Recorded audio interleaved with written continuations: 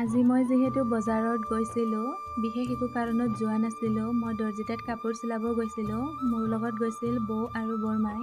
সিহঁতে আকৌ ঘৰৰ চব্জি বজাৰ কৰিব গৈছিলে দেই। আৰু সিহঁতক দেখি পাই মোৰো আজি কি মন গ'ল, চব্জি অলপমান বজাৰ কৰি ল'লোঁ আৰু এনেকৈয়ে প্লাষ্টিকত লৈ আহি গ'লোঁ। আৰু আপোনালোককো দেখাওঁ বুলি কৈ মই এটা চৰিয়াত ওলাই লৈছোঁ।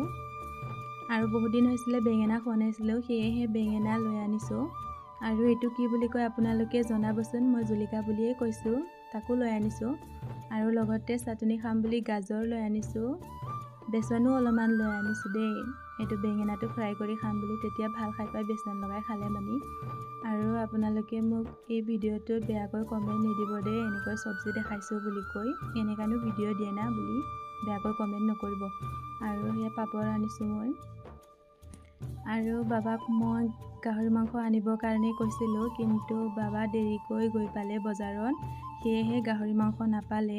মই লাষ্টত অলপমান সেয়া ব্ৰইলাৰ মাংসকে 100 টকাৰ লৈ আনিলোঁ। আৰু আপোনালোকে মোক ভাল লাগিলে লাইক, কমেণ্ট, শ্বেয়াৰ কৰি দিব।